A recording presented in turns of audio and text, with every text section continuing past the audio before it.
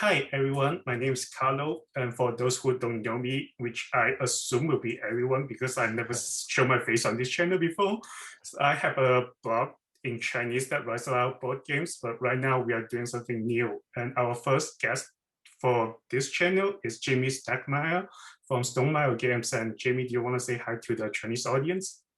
Yes, hi. Thank you so much for inviting me to join you today. And to, I guess, all the people in China or Chinese fans who have played our games, thank you for doing that. I love that we can bring our games to people worldwide. Yes, that's true. I believe Stonemaier games are actually very popular in China. Both wingspans and size are highly regarded in those area. And I also believe there is quite a decent fan base about viticulture. And since we are talking about your game, so let's talk about your next game that's releasing. The pre-order is beginning this week, the Red Rising. Do you want to tell us about the game? Yeah, this is the first game that we're publishing that's based on a major, or to me, it's a major intellectual property. It's a book series called Red Rising. It's a book series that I really love. Have you read the books by any chance? I began reading or listening to the audio version since you announced it. Right now, I'm in the middle of Golden Sun, the second book of the first trilogy. Oh, cool. Yeah, so this game is based on the first trilogy. There are two trilogies. One of them isn't complete yet. But yeah, this game is it's a hand management combo building game for 1 to 6 players, and it's based in that world. But it doesn't spoil anything about the books. It just the game is focused on the characters found in that first trilogy. So in the recent trends of Stonemaier games, I noticed that the games are very easy to learn and teach, but at the same time, there's lots of diverse strategies behind each game. And I found Red Rising was particularly doing well in the easy to teach part because I was actually playing the game last night with on Tabletopia. Oh, cool. And I find myself that I didn't need to consult the rulebook at all because I learned how to play the game by just reading the material you post online on the design diary. And the only time I actually need to look at the reference card is when I got a die face that not one of the 4 rewards from the location. So that's something really hard to achieve. So how's the design process in here and what's the most challenging part to do that? Yeah, well, I'm glad you had that experience with your first play of the game on Tabletopia. That is definitely a key part of my design philosophy and my publishing philosophy. I really want our games to be very accessible to people, so it's easy to sit down and just start playing and taking turns. And so Red Rising has a very simple gameplay where you, on your turn, most turns you are simply taking a card from your hand, you are playing it somewhere on the table and getting a benefit based on certain cards, and then you're going to pick up a card and gain a benefit based on where you picked up that card from. And so that's it. I mean, as you know, there are a few other rules, but that's the core simple idea behind it. And that's what we were going for, that it would be very easy to teach the game. And it's not unlike, it's a completely different game, but Wingspan is a game where the core things you're doing are very simple. The 4 actions.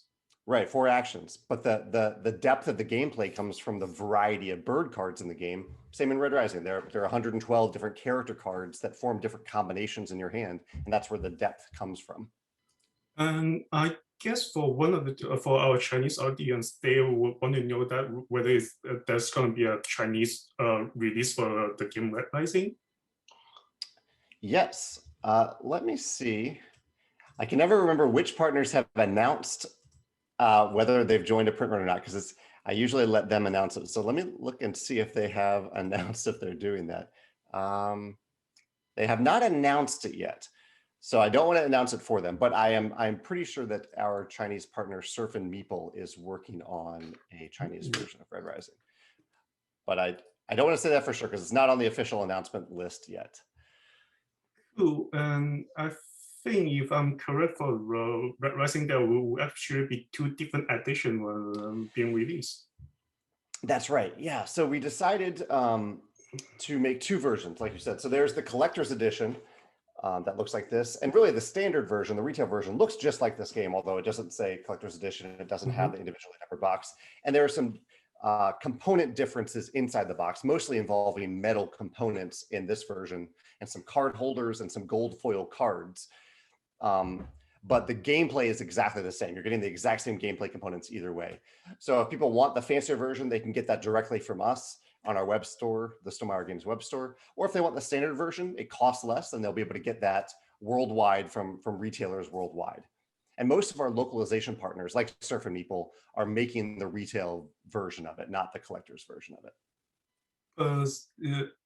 Say if someone purchased the localized version, is that possible for them to purchase the upgraded component as well? Yes, yeah, that's a great question. We are making an upgrade pack that includes the metal components and the card holders and the gold foil cards. The one challenge, though, is that the gold foil cards are in English.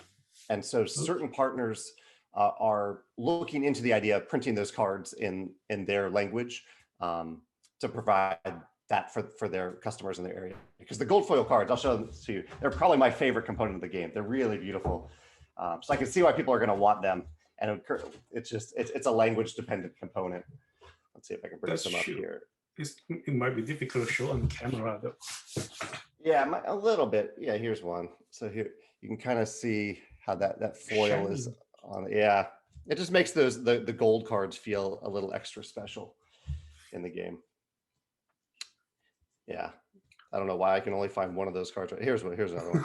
Yeah, so here's another card. Had the most cards in it. Yeah, there are a lot more gold cards in here than the other cards. They must be shuffled in somewhere into this deck. But yeah, I really do like those foil cards. So I hope we have a way to share them with people. So speaking of the different colors in the game, I believe there are 14 different colors of characters in the game, and each of them has some unique ability or some shared trait in it.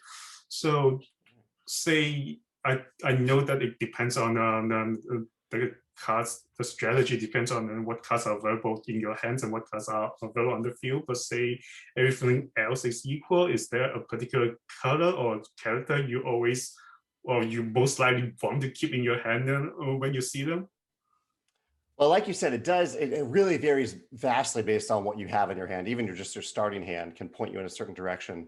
But I really like the cards. My favorite cards are kind of probably the green and purple cards, because they often have end of game abilities that are a little weird. Like they might say you need to have all cards with odd numbers, odd victory point values, and so you have to go and find those odd numbered cards. So they're a little different in that way. There are lots of other, like you said, every color has kind of its own design philosophy where they do, as a group, they kind of do a similar thing, but different ways on each of the cards. But green and purple, I found particularly fun. Do you remember anything? You said you played it on Tabletopia. Yeah, what believe types of cards purple was of the artist and green is the computerist, but yes, yeah. Yeah, I think I enjoyed the green cards a lot as well. I remember one of my starting camp, I had the online gambler in it. Yeah. And then that the ability made me name a color and then draw name 3 colors and draw 3 cards. If the color match, I get to give those cards.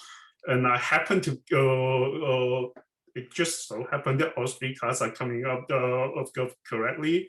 It's just 2 golds and 1 yellow, because yellow is nowhere on the field at that point of time. So nice. All of a sudden I have a hand of 8 cards instead of just the starting 5, which was a really exciting thing to do.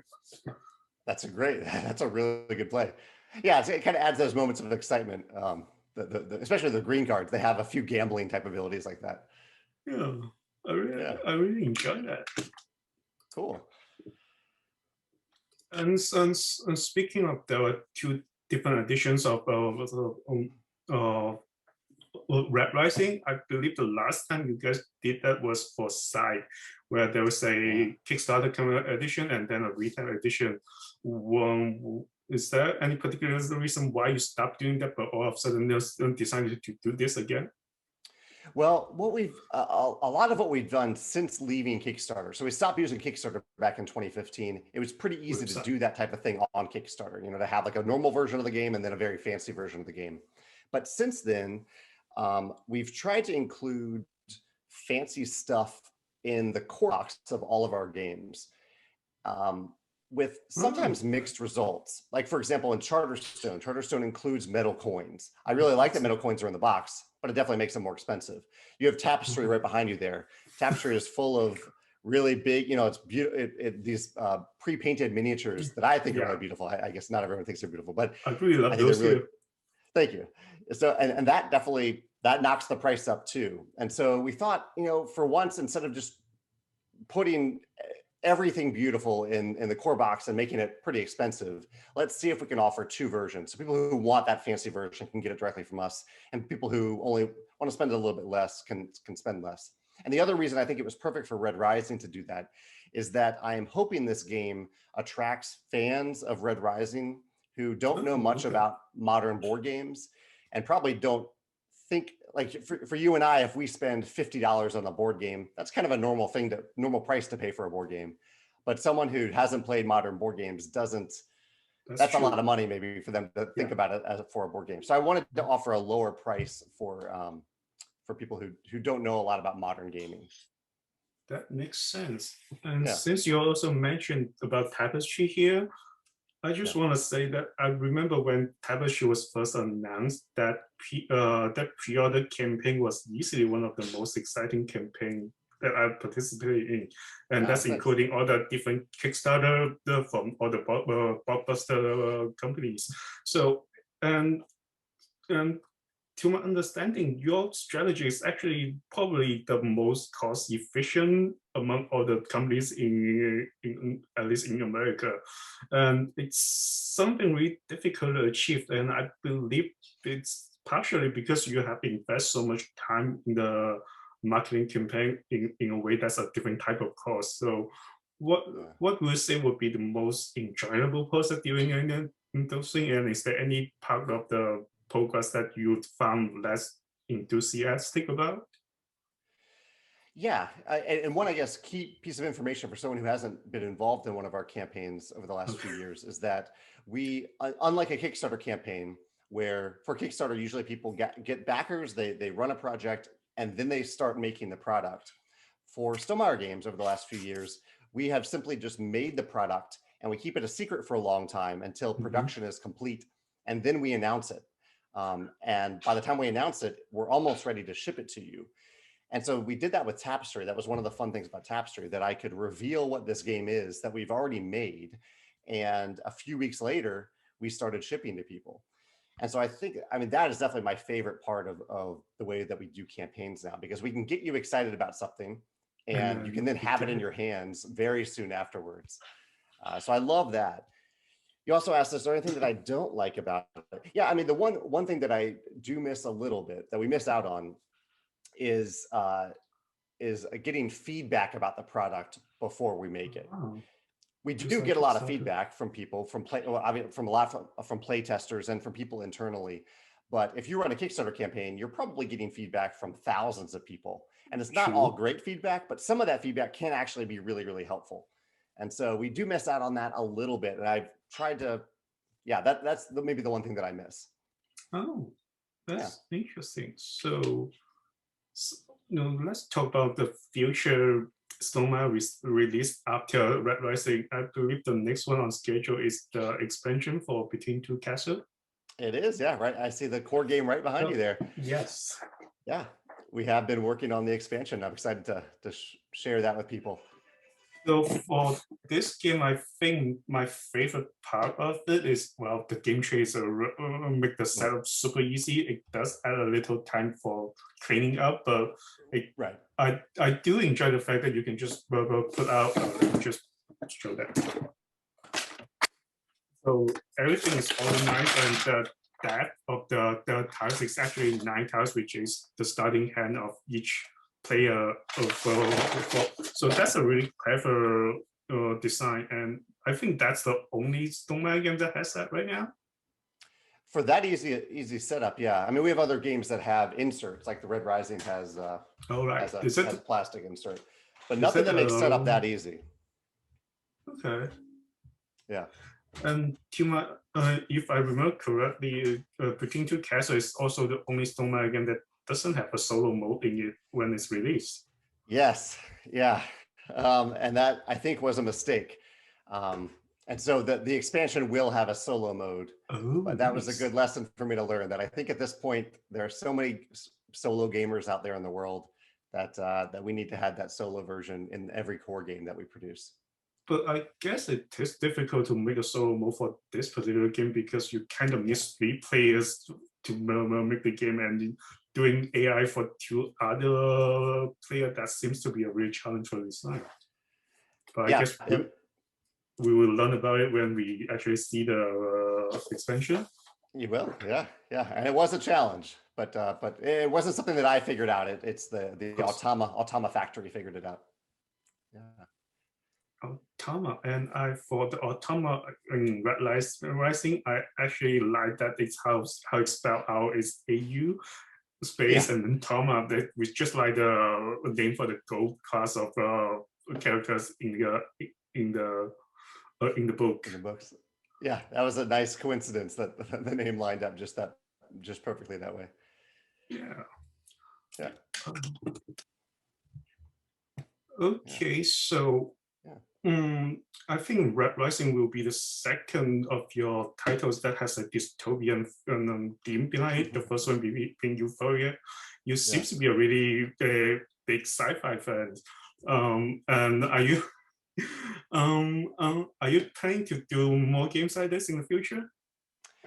I do. As a reader and someone who loves movies, I do love sci-fi movies. I love dystopian movies and fantasy movies as themes. And so I mean, I think one thing in a lot of our games is I like the idea of going into a new world or a different world from our own and exploring that world in the game, just like I like to read books where I get to explore a different world. So I think you'll continue to see more of that in the future in our games as well. Oh, exciting. So any particular books or shows you have seen or read recently that you want to recommend to us?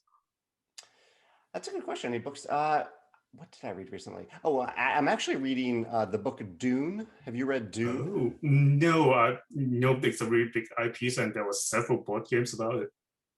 Yeah, one of my favorite games from last year was Dune Imperium. I really, really love that game. And so after playing that game, I was like, I need to finally read this book. I've never read Dune before. This is a pretty famous book, but I just never read it. And so I'm reading that right now and really enjoying that. And I'm looking forward to the movie that I think will come out next December. Nice. Did you play Dune Imperium last year? No, that's something on my wish list right now. It's really good.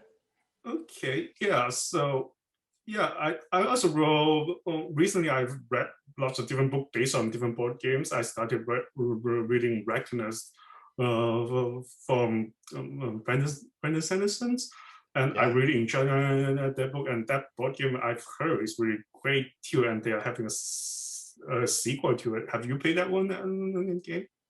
I have, yeah, I've done both. I've read the books, and then I thought Nauvoo Games did a fantastic job with the game. It's a very cooperative, simultaneous action game, beautiful production.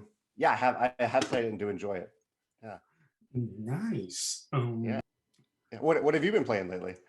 Oh, well, what have I been playing lately? I started to play Spirit Island, which is actually a really famous game, but I just played that recently, and I really enjoyed the depth of it and the diversity of different spirits. It feels really different, and I'm looking forward to play the expansions.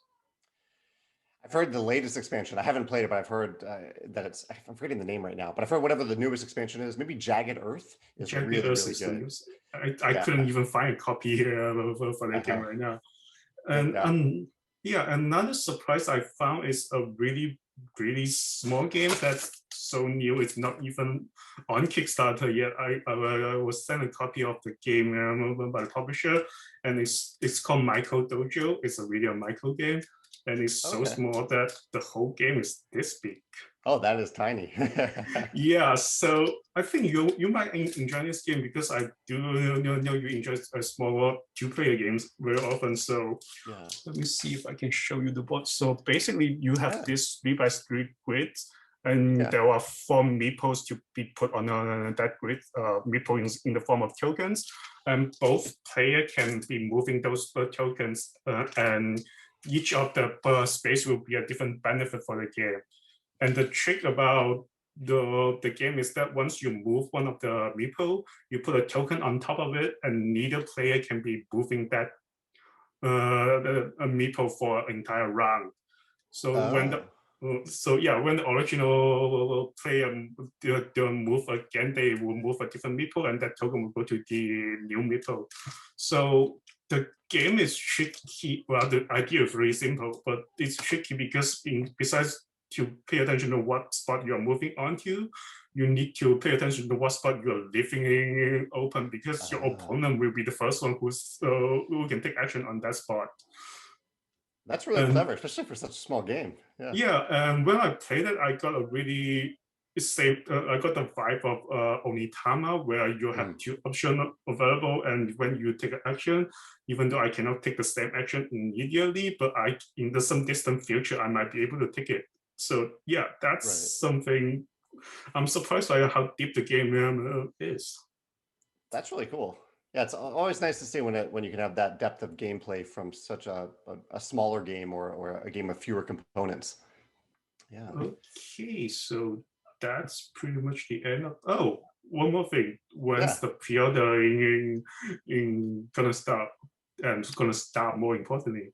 Yes, for Red Rising. Yeah, the pre-order for Red Rising will start on Wednesday, March 3rd in the morning, St. Louis time. So St. Louis is Central Time in the US, and it'll start around 10 a.m. that morning. So by the time this video is released on YouTube, the pre-ordering should already begin. So I guess the question would be, when will it end? Well, it'll either end when we sell out of copies, because we've already made a set number of collector's editions, but we're open to making more if there's still demand. But if we don't sell out too quickly, the pre-order it'll continue until we do sell out. The pre-order price will go through March 6th. So it's a very short pre-order period. It's March 3rd through March 6th to get the special pre-order pricing. And for those who's living in China, Hong Kong, or Taiwan, that's gonna be March 7th. Oh yeah. Yes. Interesting. And for the pricing, we will only know when the pre-order officially begins. That's correct, right? That's correct. Yeah. And the reason I do that, I know it's kind of weird that we do that, but really, like, even over the past weekend, I've been making slight changes based on what I want that price to be. So I want it to be a very fair price, but I also want it to work for us. So until the last minute, I might change that price, and that's why I don't announce it in advance. So I'm not locked into a certain price. Okay, I look forward to playing the game physically instead of just on Tabletopia. But if you want to try, it's on Tabletopia. I will leave a link for the Tabletopia and the actual pre-order in the description. And thanks, Jamey, for joining us today. Thank you so much for your time. And we will see you sometime in the future then. All right, sounds great. Take care. Bye. 大家好，我是邪之推手，谢谢大家观看刚才的节目。如果你喜欢的话，欢迎分享、订阅还有点赞。如果你想看更多类似的节目的话，欢迎下面留言说你想看哪一个世界师。谢谢大家，我们下次再见。